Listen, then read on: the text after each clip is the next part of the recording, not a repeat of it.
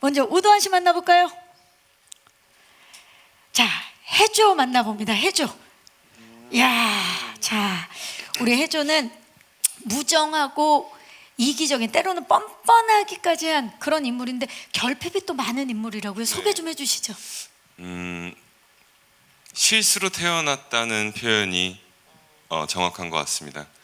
되게 참 실수로 태어났기 때문에 누구 하나 내가 태어나길 바라는 사람이 없고, 어떻게 보면 실수기 때문에 없애려고도 하고 싶고 지우려고도 하고 싶은 아이로 자랐기 때문에 또 가족의 사랑에 대한 배신감이, 원래 있다가 없으면 더 배신감이 크잖아요. 아예 없으면 그 사랑을 받아보지 못했으니까.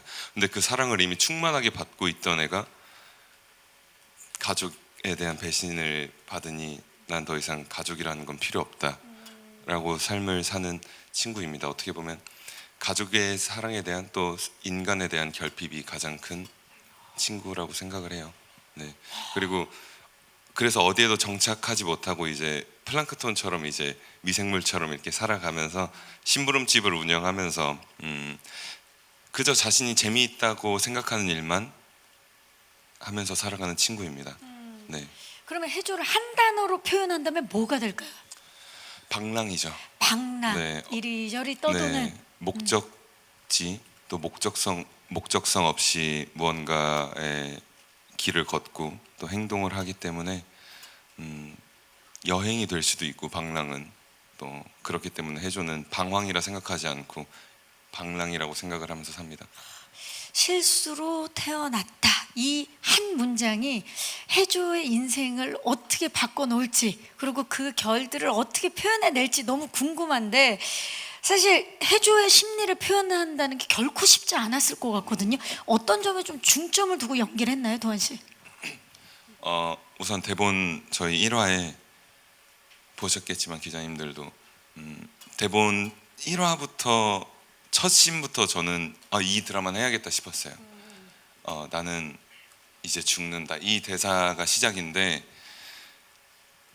처음에는 이렇게 힘들 줄 몰랐어요. 내가 죽는 줄 알고 살아야 하는 그 6, 7개월이 촬영 기간 동안이 죽음을 앞둔 사람의 심리는 어떨까라고 고민을 하면서 사니까 많이 힘들었던 것 같아요. 그 지점이 가장 힘들었고, 솔직히 이렇게 힘들 줄 모르고 했었는데 많이 힘들더라고요. 네. 너무 하고 싶고 욕심이 났지만 진짜 하면서 계속 끊임없이 고민의 흔적이 지금 느껴지는데, 감독님, 해조 그 우도환 배우가 해조 역에 가장 잘 맞는 싱크로율이라고 말씀하셨죠? 네네. 예, 그 이유와 함께 좀 말씀 좀 부탁드릴게요. 우도환 배우는 개인적인 친분은 없었지만 그 초창기에 했던 작품들 속에서 너무 이렇게 눈에 들어오는 배우였고, 연출은 항상 모르는 배우지만 항상 지켜보거든요. 그래서 이제 지켜보고 있다가 이 책이 왔을 때 도한 씨 눈을 보면 정말 만화에서 나올 눈이 굉장히 깊어요. 맞아요, 깊어요. 그러면서 갖고 있는 날카로움도 있고, 그러면서 퇴폐미도 있고, 이 해조는 좀 퇴폐미가 있어야 된다라는 생각을 했는데, 이게 이게 겉모습의 어떤 이야기일 수도 있지만, 무엇보다 저희 이 플랑크톤이라는 대본을 아주 본능적으로 깊숙이 이해했어요, 이 캐릭터를. 그래서 뭐 이렇게 더 말할 필요가 없었어요, 서로 대화를 나눌 때. 그 정도로 이 작품과 해조의 캐릭터를 너무 잘 이해하고 연기를 해줬습니다. 네. 이미 해조가 되어서 촬영장에 나타났군요. 네네네. 그래서 그런 거예요. 더 깊어졌어요. 진짜요? 예, 우리 사냥개 될 때보다도 훨씬 더 깊어진. 예.